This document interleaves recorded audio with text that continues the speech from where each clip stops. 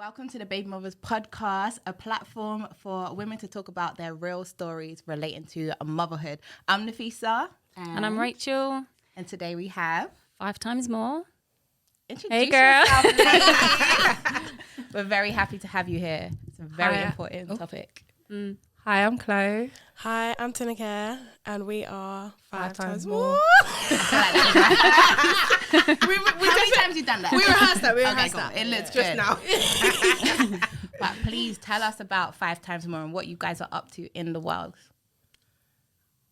I'll let my boss.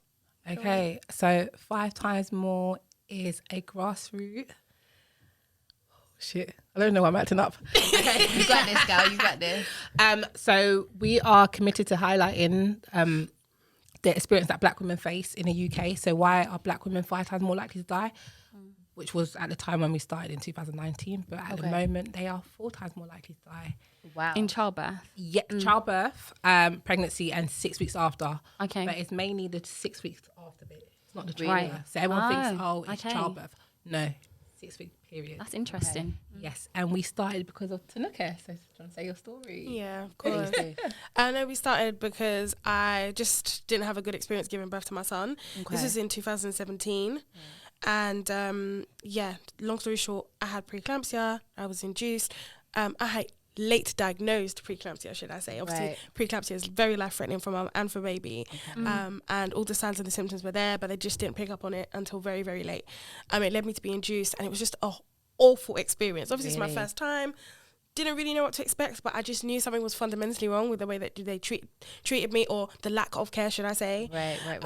And because I run Mums and Tea, which at the time we were doing meetups for mums, I was just sharing experiences. Like, it's all like new Black mums as well, sharing experiences of giving birth, what it was like, and I'm just hearing trauma, horror. I'm shocked awful at what I've things. heard. Yeah.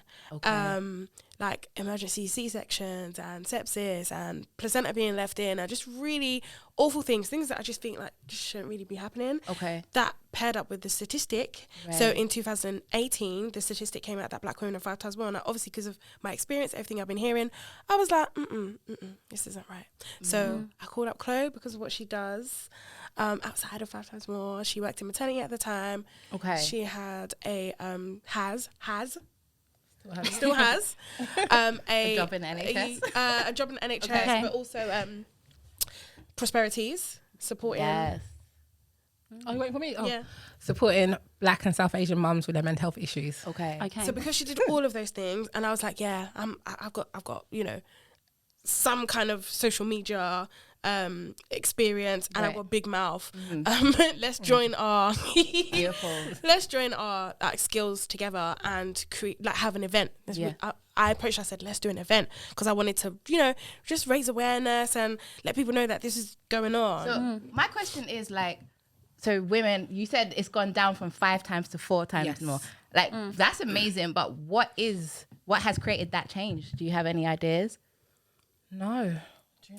Well, it's interesting to note the change isn't actually technically statistically significant. So yes, it has gone down from 5 to 4, but even at 4, that's not something to celebrate. It's nothing to still celebrate. it's changing, So I feel like what is creating that change? Is it something that you guys are doing, would you say? No, because it changed in 2020. Okay. 21, I think it was last year. 2020. 21. No, it's been like that for 2 years. Okay. And what are they dying from? Explain to us 2021. what are they dying from? They're dying from the same things that black white women are dying from. So there's no difference. Right. So that's the main thing. There's no difference. Okay. If white women are dying from preeclampsia, so are Black women. They're dying from cardiac arrest, so are Black women. Diabetes, so are Black women. So data shows that it's the same thing. So why is it that we're 4 times more likely? And don't forget COVID now, which showed that Black and South Asian women were most likely to die from COVID as well during pregnancy.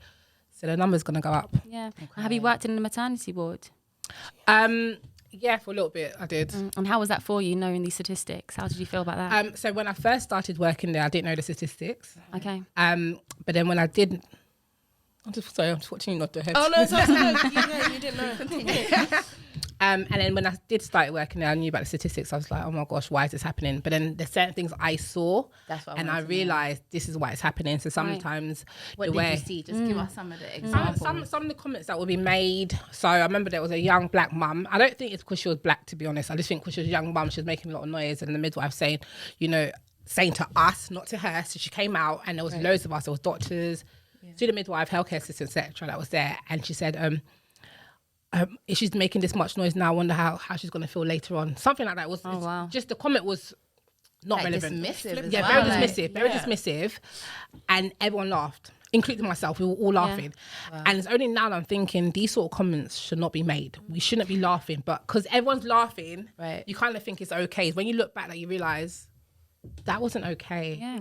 That wasn't appropriate. Do these women have kids themselves? Have they, Some do. And I think the ones that do and that had a positive birth journey and, that was strong, etc., those are the ones that are a bit harder, I feel.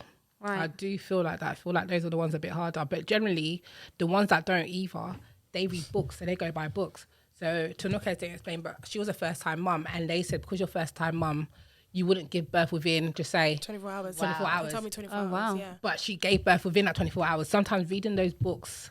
So it sounds like there's a lack of knowledge. There's a lack of you're just putting this theory you're not putting the theory into practice, or you are putting the theory into practice. It's not personalised care. They're not taking each person, this is what's happening for me. Help me. That's crazy. So just to go back to when we were describing 5 times more and stuff, there are 4 things that we do, not 3. It's now 4. So we train health professionals. Okay. That's first and foremost. So all these things that we're talking about, we actually tell the health professionals, doctors, student midwives, whatever it may be. If you work in a maternity ward, you're able to access this training. So we let them know about what the statistics are, because you can't change something you don't know about. So obviously she works in a maternity ward. She didn't know about it. So many people don't know about it. They think it's something that happens in America, overseas, and that's the thing, isn't it? I'll be honest with you, I was completely blind. I didn't know how many people are suffering in the UK. I had no idea until I read your report, and I was shocked. To be fair, if I would have known that before I had my child, I probably would not have gone ahead. I would have tried to stop that before it came to the point of me having to give birth. Oh, wow. Because things like that really scare me. When I found out all of this and I looked more deeply into it, it kind of put me off having kids. Do you not feel like that? Yeah, I do. Yeah, there are a lot of women that you've come into contact with who've actually felt like, now I'm more aware, actually I'm going to wait, or I'm not going to have a baby. Well, you get women saying stuff like, I'm scared to go to hospital because if I close my eyes I may die. And this is why we, she's going to say, we have a 3-prong approach. Right. One of them is empowering women with our free resources, because we don't want black women to be scared. I had one positive birth, one bad birth. Same with Tanuka. You know what I mean? You've been on both sides. Yeah, been on both sides. And we've seen what works well, what doesn't work well. Okay. But our thing is, we want to make sure black women are empowered. We don't want to scare black women, because to be honest, giving birth in the UK is one of the safest places to give birth. Gosh, our disclaimer. It's actually one of the safest places to give birth. Okay. There's just a disparity in who is dying. That's what it is. But it's safe to give birth in the UK. So is it just black women, or is it Asian women as well? What's the ratio? Asian women are twice as likely, and mixed ethnic women are twice as likely as well. Just that we are 4. It kind of that's double. It kind of goes in a... Yeah, you got white, you got mixed race and Asian, and you got black. And I've got 2 questions. So the first one is, okay, so if you said mixed race women and Asian women are twice as likely to die, black women, why does this inequality exist? What is really happening? Have you been able to pinpoint it at all? We always say, it's a mixture of many things. It's a mixture of things. So look at the medical curriculum, for example. The what, sorry? Medical curriculum. So what medical professionals are taught. They're taught on what certain conditions look like on white skin, because white is the standard. White male, white female, that's the standard. That's what's in their textbooks. You don't know what things like keloid scarring, even outside of maternity, hand, foot and mouth. I remember I was complaining at the NHS the other day, about a couple of months ago now. I was like, yo, you thought, there was an outbreak of hand, foot and mouth at my son's nursery. They're saying, go and look on the NHS website. I looked on the NHS website, all white kids. Sorry, what am I supposed to be looking for? If I can't find it, what are you looking for as a health professional? It's that lack of knowledge. So that is a huge thing. Then obviously you've got the history of black women and medicine and the godfather of gynecology. I won't kind of go into that thing, but there's black women in history throughout medical science and stuff. We have been made to go through a lot, and that has made a lot of stereotypes and myths about like black bodies and black women, what they can and can't do, that they're strong, that they can take all the pain and all these kind of things. Yeah, I agree with that, you know. So do you think it's to do like racism, being prejudiced, like those types of things? Do you think that plays a part in it as well? I definitely think it plays a part, but it's not the only thing. Yeah. Okay. So it's not just that, I go into a hospital and, oh my God, this white midwife's going to be racist to me. Right. It's not that. What you said it's not the only thing. So what else are the things that you've noticed through your research? Women are not being listened to. That's what came out of our report. They're not being listened to. So when we ask women about their birthing experiences, a lot of the time is, I was not listened. The woman didn't listen to me. I wanted this or I needed this and I was not listened to. Women know their bodies, but it sounds like health professionals believe that they don't. And we need to understand as well, it's not just midwives, it's doctors, health visitors, GPs, sonographers, they all play a part. All the healthcare professionals are just not listening. You seem to always be saying midwife. I'm like, because like I said, it's 6 weeks after. Right. Who do you see 6 weeks after? You see your GP, health visitor, and your midwife. And they're like missing key things because they're not listening. And I never understand it. It's like, if I'm in pain, how can you tell me I'm not feeling pain? Like, it doesn't make sense to me. I've heard loads of stories where women have been in labour. I mean, however many centimetres dilated, and the midwife's telling them, no, you're not. Go back and sit down. Go back and lie down. But, you know, how are you supposed to know? Then that actually happened to you. It literally happened to me, yeah. So how did you deal with that? At the time, it was my first pregnancy. Right. So it was the one where I got induced, and I was like, I need to be checked over. Like, I knew, obviously my first time, so I was like, this pain, I'm not too sure. Can you check me over? I didn't know I was in labour until it was like, right, like this is quite serious. I remember being very graphic. I was bent over double on the toilet. I was vomiting, something coming out of the back. Everything was just contracting, everything. And I was like, you can't tell me I'm not in labour. What is this? We're timing it. The timings are getting closer. And they just would not check me until my waters broke. And then they checked the heart rate of the baby. And then they want to get into action. Yeah, they said, oh God, baby's heart rate's dropping. Oh God, get her into the delivery suite. She's 8 means she's about to drop. But I've been telling you. And that's where the drama comes in, because then it's like emergency C-section. Because they're listening. Yeah. Wow. Did you have any complications throughout your pregnancy, or was it just at that moment? Oh, sis. I'm just one of those women that I don't glow during my pregnancy. You know, some people are just like, oh my God, I'm glowing. And they just look so amazing. And my hair, my skin cleared up. No. I look like a whale by the first time. Anyway. I feel you. Because of the preeclampsia, I had a lot of water swelling. Swelling. It was really bad. But I had pregnancy-induced anemia, so I became anemic. I was on iron tablets. I had sciatica. Girl, I couldn't walk far. It was just... You're not making cute. it. No, it wasn't cute. No, but... Pregnancy, kids are still amazing. Children are blessings. Yeah. My son is the best. Yeah. But yeah, no, I'm just... my pregnancy is just... But the second time I gave birth to my daughter, midway through the pandemic, midway through the lockdown, obviously April 2020, that was a scary time. Right there, yeah. I had the perfect experience. Really? It was amazing. And what do you think made that difference? Because I know you must have done some research since as well. Obviously, I took my steps from my FiveXmore campaign. Okay, honey. Right. So I was a lot more clued up on self-advocacy. Right. And if it was to go left, I knew exactly what to say.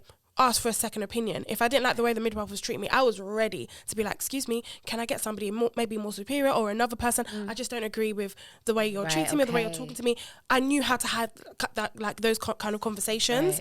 I also knew that, trust my body. Last time I was saying, I need to push. They were telling me, no, don't push. So when I wanted to push, I was too exhausted. I had to have an assisted delivery, forceps. So this time I was like, no, this is my body. If I need to push, you're going to listen to me.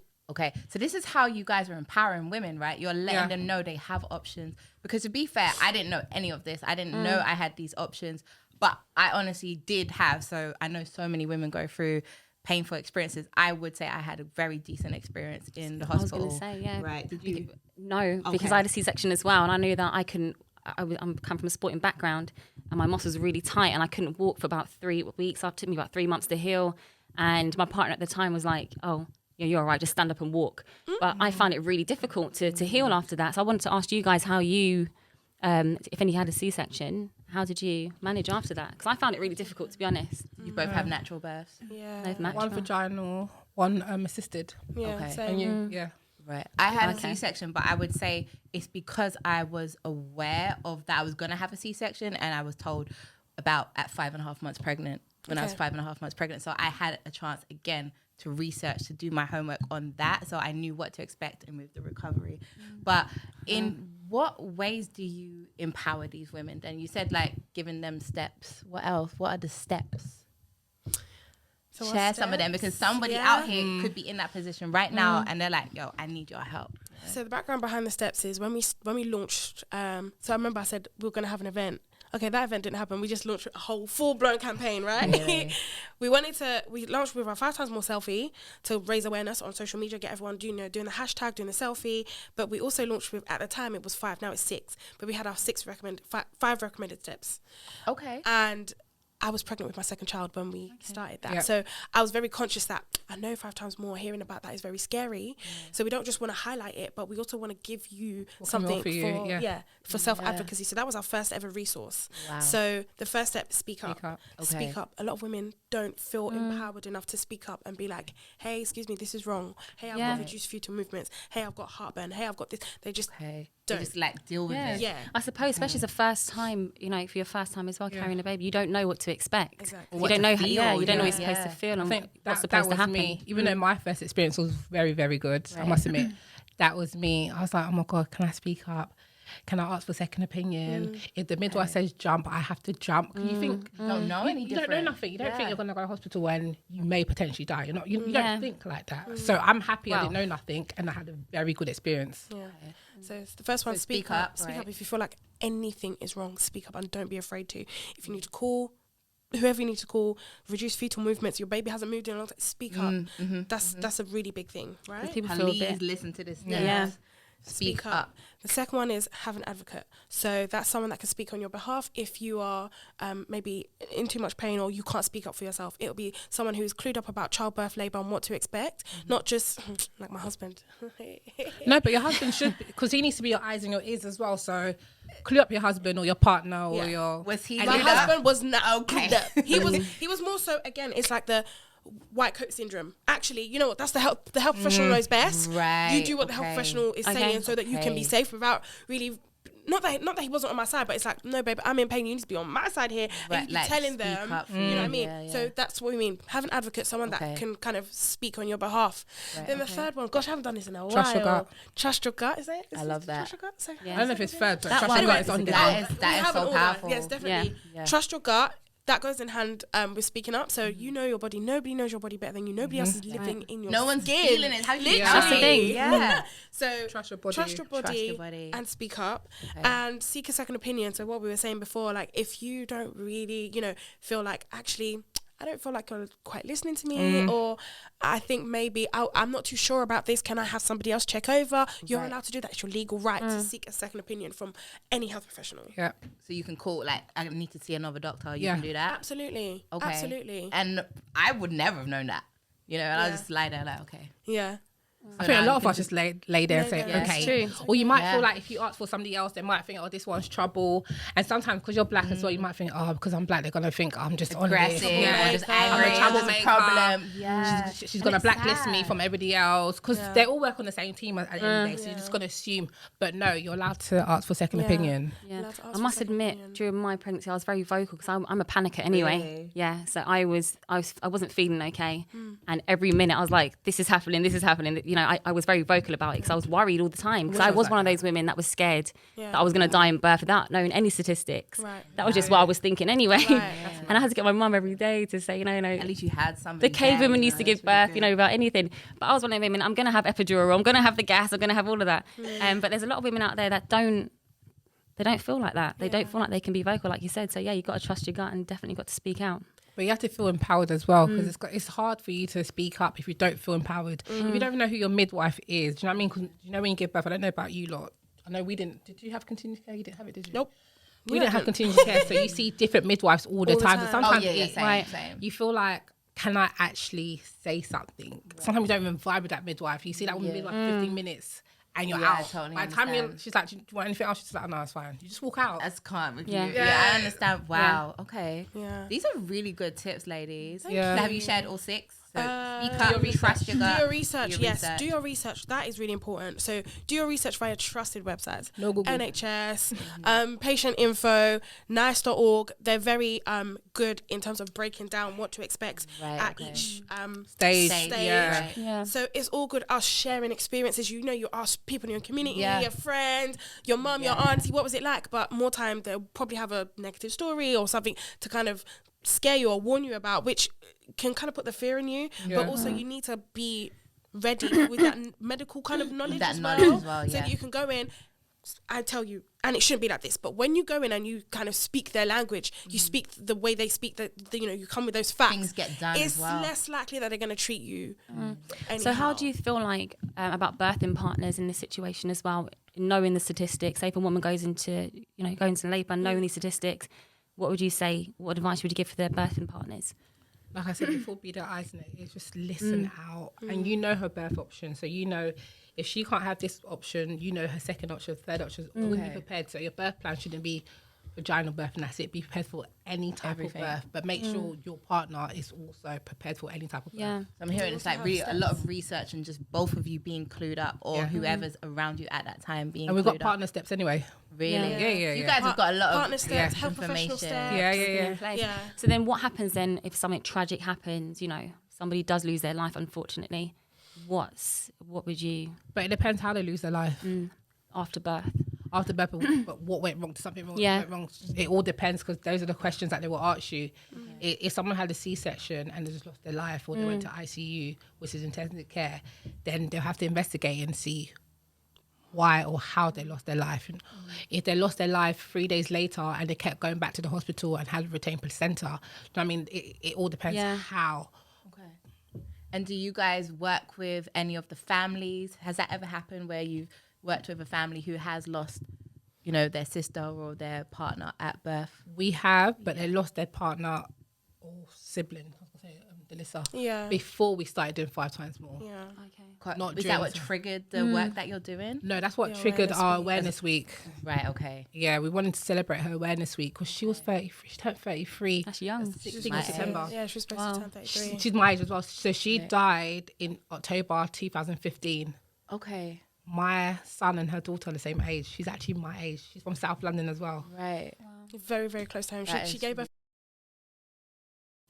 Tragic. So she literally could have been someone that got on the bus together, or we would have seen It could be each anyone other passing. Do you know what I mean? It's and so was close it to home. the hospital, like a lack of knowledge? What was it that caused that? Do you know? I think for you know, to respect the family, we won't really talk about it. That's but understandable. What happened, it honestly just really shouldn't have happened if there was just more care. So it could have been it goes back to avoided. the listening part, you know, listening and making sure that everyone is doing their due diligence.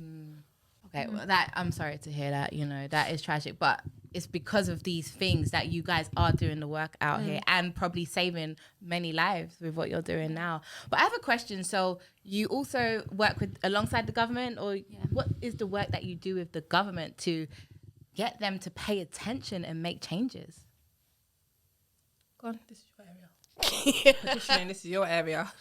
So we kind of had a viral moment in 2020.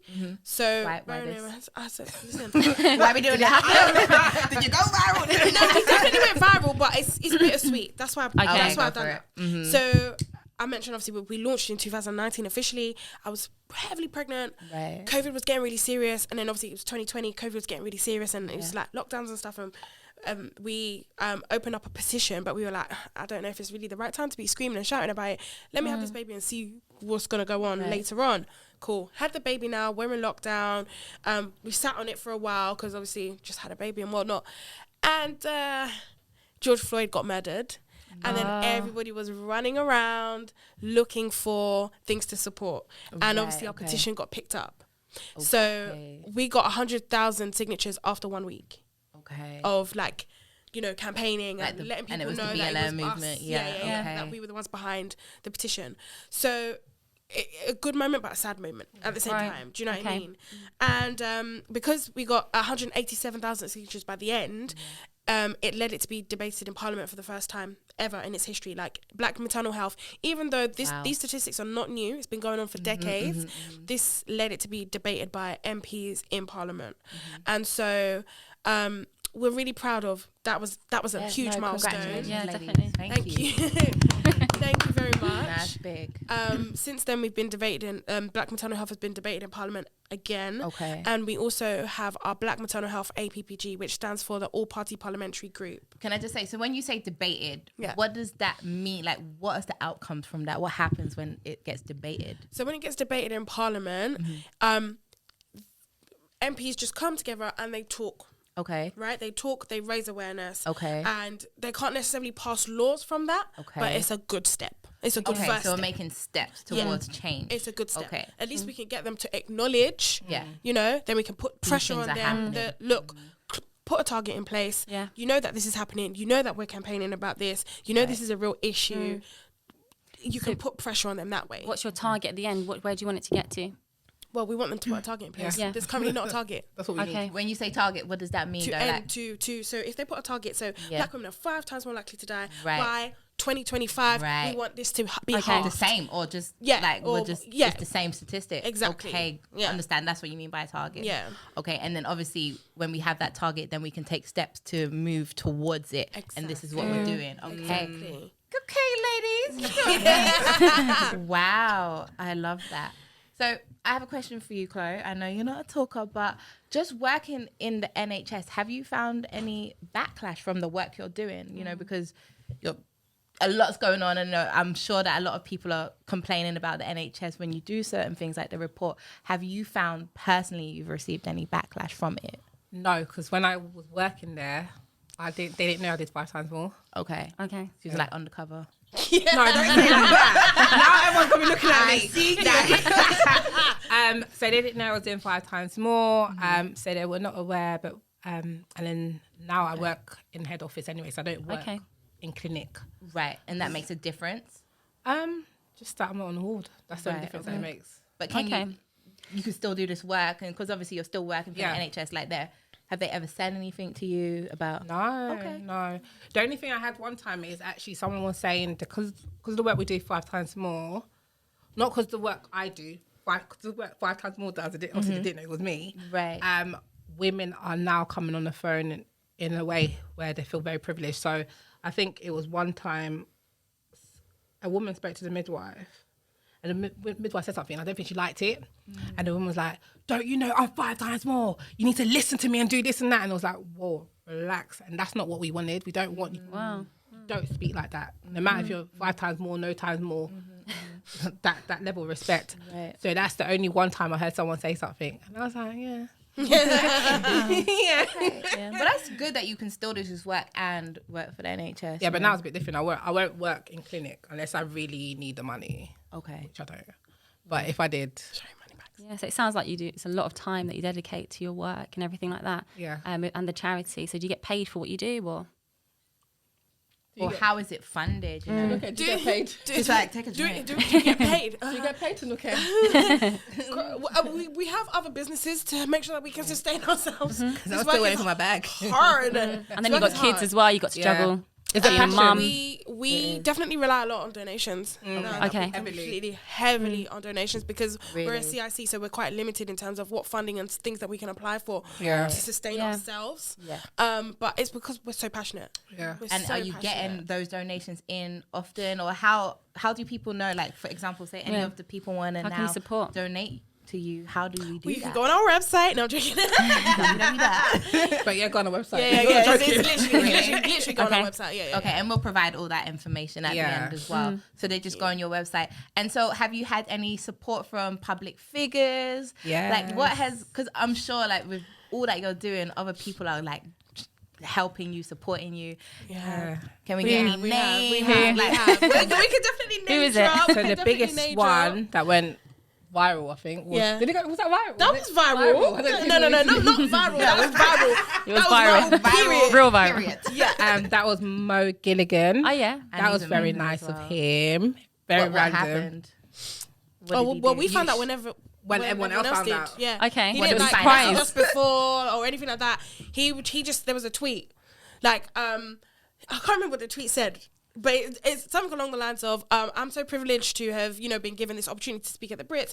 I'd love to give, I'll be donating my Brits fee to 5 times more the amazing work they do. Wow. So it was just a very surreal experience because we were like, did you even know he like knew about you? Yeah. I was literally on my phone.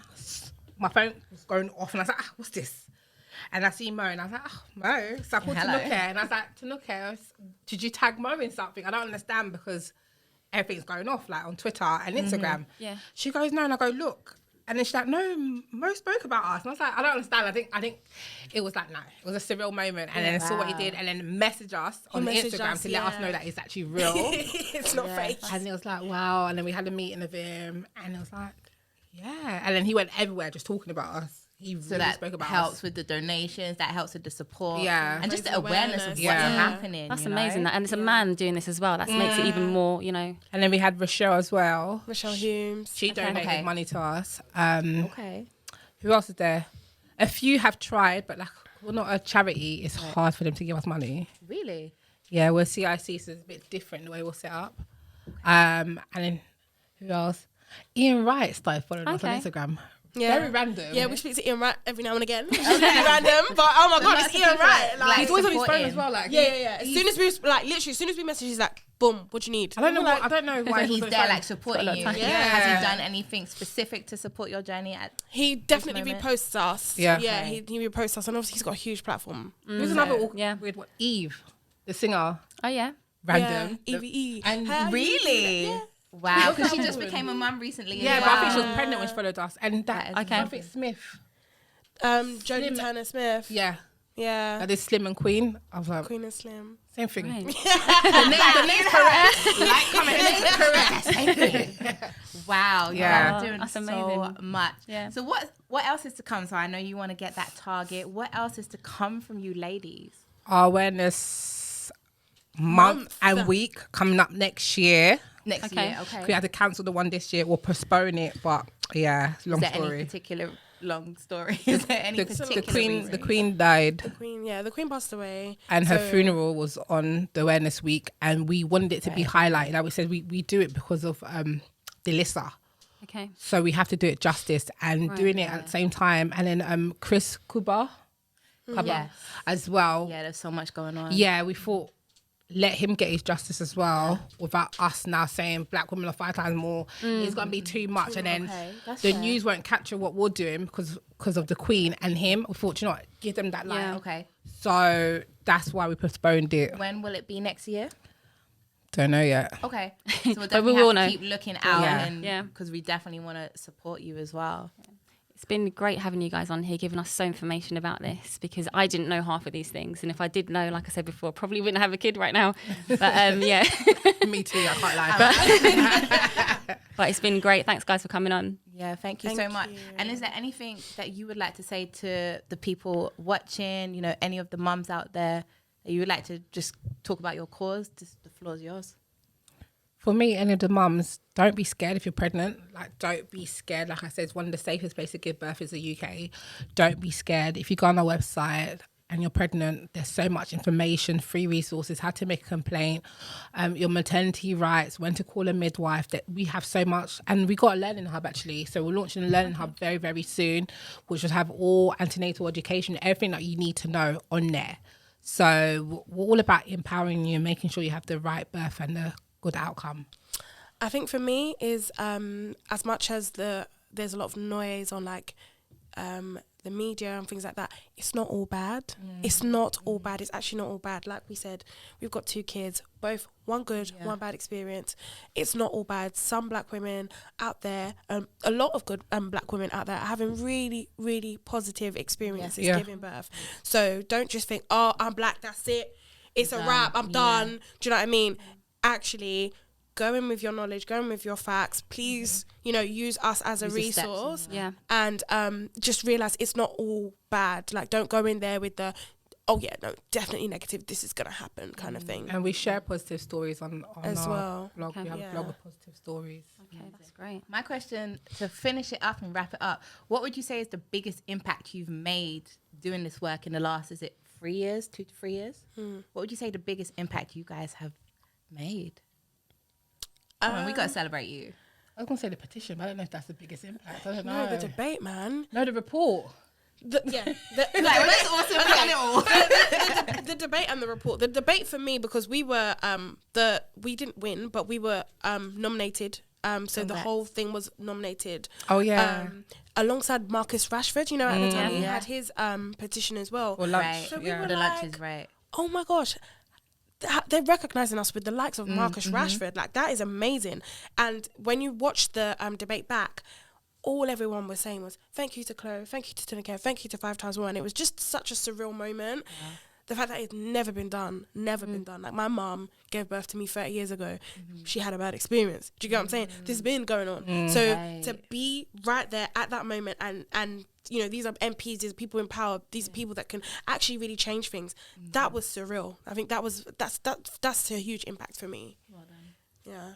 Well done, ladies. Perfect. I just want to big you guys up. Thank you for all the work you're doing, because the report I read through 46 pages. I read through it and I was stunned, but the work you're doing is changing women's lives. It's amazing. There's people out there that do really need that, and I was probably one of them people. I might be one of them for the next time. Wait, no, they won't be next time. But thank you so much, and thank you. Yeah, thank you for having us. That's it. Thank you for watching the Baby Mothers podcast. Please remember to like, comment, and subscribe. You know what to do. And please leave your comments today, because this is such an important topic. Leave your comments below. Tell us your stories and let us know how these women's also helped you. Take care. Why do we always do that? I don't know. It's just like a habit. And that's a wrap. And it's a wrap.